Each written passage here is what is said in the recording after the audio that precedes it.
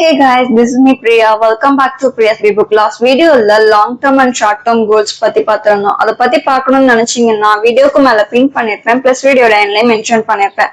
மறக்காம செக் பண்ணி பாருங்க. Let's get into the video.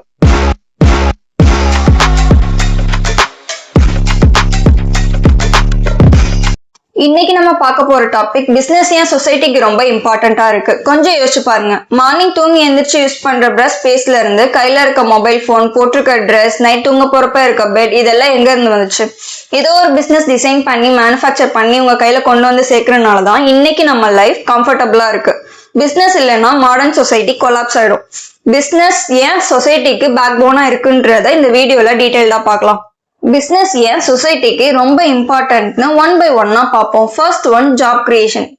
இப்போ நம்ம எல்லாரும் படிச்சு முடிச்ச உடனே கவர்மெண்ட் ஜாபுக்காக வெயிட் பண்ண முடியுமா?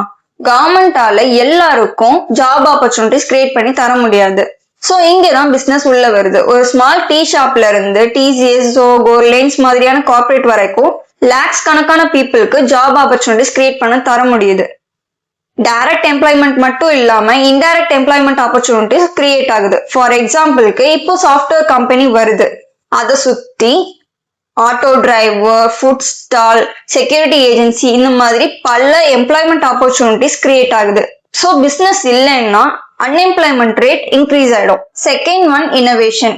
பட்டன் சாஃப்ட் கீஸா மாறினது, டைரக்டா ஷாப்குள்ள போகாம ஆன்லைன்ல பர்ச்சேஸ் பண்றது, 10 to 20 மினிட்ஸ்ல ஃபுட் டெலிவர் ஆகுறது, இதெல்லாம் எப்படி நடந்தது? என்னதான் சயின்டிஸ்ட் டெக்னாலஜிஸா ஃபைண்ட் பண்ணியிருந்தாலும் அதை கமர்ஷியல் ப்ராடக்டா மாத்தி காமன் மேன் கையில ஈஸியா சீப்பா கொண்டு வந்து சேர்க்கிறது பிசினஸ் தான். Third one, tax revenue. Government நமக்கு roads, bridges, public transport, free education, health care, military டிஃபென்ஸ்னு இவ்வளவு தராங்களே, இது எல்லாத்துக்கும் மணி எங்க இருந்து வருது? நம்ம பே பண்ற இன்கம் டாக்ஸ் மட்டும் இல்லாம பிசினஸ் பே பண்ற கார்பரேட் டாக்ஸ், ஜிடிபி, இதெல்லாம் தான் கவர்மெண்டோட major source of revenue. Business run ஆக ஆக கவர்மெண்ட்க்கு ரெவென்யூ கூடும். இதை வச்சுதான் சொசைட்டியோட இன்ஃப்ராஸ்ட்ரக்சரை கவர்மெண்டால டெவலப் பண்ண முடியும்.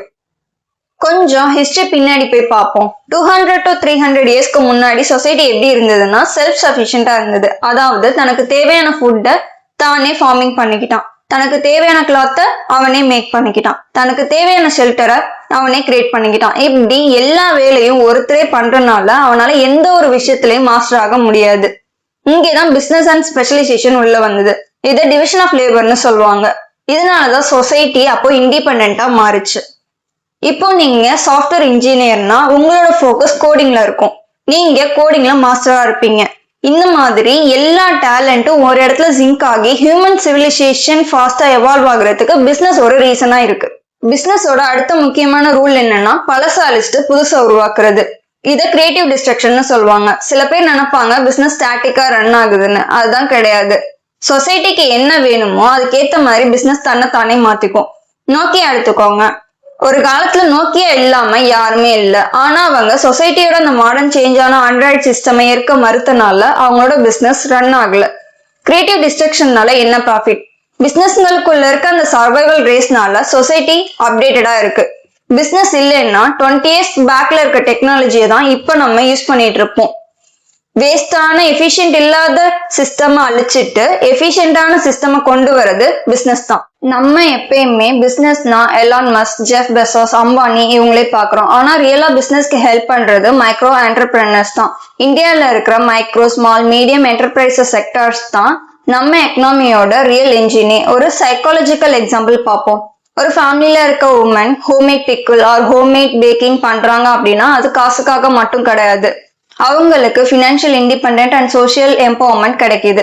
ஒரு ஃபேமிலியில இருக்க உமன் பிசினஸ் பண்றாங்க அப்படின்னா அந்த ஃபேமிலியோட டிசிஷன் மேக்கிங் சிஸ்டம் மாறுது, சில்ட்ரன்ஸோட எஜுகேஷன் குவாலிட்டி இம்ப்ரூவ் ஆகுது. ஸ்மால் பிசினஸ்னால மட்டும்தான் லோக்கல் கம்யூனிட்டி கூட ஈஸியா கனெக்ட் பண்ண முடியும். இப்போ நம்ம ஸ்ட்ரீட்ல இருக்க ஷாப்ல மணியே இல்லாம போயிட்டு ப்ராடக்ட் கேட்டா கூட அப்புறமா தான் சொல்லி கொடுக்குறாங்கல்ல, அந்த ட்ரஸ்ட் அண்ட் ரெஸ்பான்சிபிலிட்டி தான் பிசினஸ் சொசைட்டிக்கு கொடுக்குற பெரிய கிஃப்டே. இப்போ இந்த சார்ட்டை பாருங்க. ஒரு கண்ட்ரியோட ஜிடிபி டெவலப் ஆக அங்க ஆக்டிவா டிரான்சாக்ஷன்ஸ் நடக்கணும். குளோபல் ட்ரேட் வேர்ல்ட்ல இருக்க எல்லா கண்ட்ரிஸையும் கனெக்ட் பண்ணுது. இந்தியா எடுத்துப்போம். 1991க்கு முன்னாடி வரைக்கும் குளோபல் பிசினஸ் உள்ள வரதுக்கு நிறைய ரெஸ்ட்ரிக்ஷன்ஸ் இருந்தது. 1991 எல்பிஜி பாலிசிக்கு அப்புறமா ஃபாரின் பிசினஸ் உள்ள வர ஐடி செக்டார்ஸ் பூம் ஆக பாவர்ட்டி ரேட்ஸ் குறைய ஆரம்பிச்சுது. சொசைட்டி ரிச் ஆகுறதுக்கு பிசினஸோட இம்பார்ட்டன்ட் எக்ஸ்பர்ட்ஸ் ரொம்ப முக்கியம். சில பேர் கேட்பாங்க, பிசினஸ் நமக்கு ஜாப் ஆப்பர்ச்சுனிட்டிஸ் தருது, ப்ராடக்ட்ஸ் தருது, பட் அவங்க லாபம் மட்டும் தானே பார்ப்பாங்க, எப்படி சொசைட்டி பத்தி கேர் பண்ணுவாங்க அப்படின்னு. இங்கதான் சிஎஸ்ஆர் உள்ள வருது. இன்னைக்கு ஒரு லாவே இருக்கு. ஒரு பிசினஸ் தான் ப்ராஃபிட்ல இருந்து கண்டினியூஸா ஏர்ன் பண்ணிக்கிட்டே இருந்தா அதை சொசைட்டிக்கு திருப்பி தரணும். பெரிய பெரிய பிசினஸ் எல்லாம் தான் ப்ராஃபிட்ல இருந்து 2% பட்ஜெட்டை education, tree plantation, village adoption, lake restoration இந்த மாதிரி கிரவுண்ட் லெவல் ஒர்க்குக்கு யூஸ் பண்ண ஆரம்பிச்சிட்டாங்க.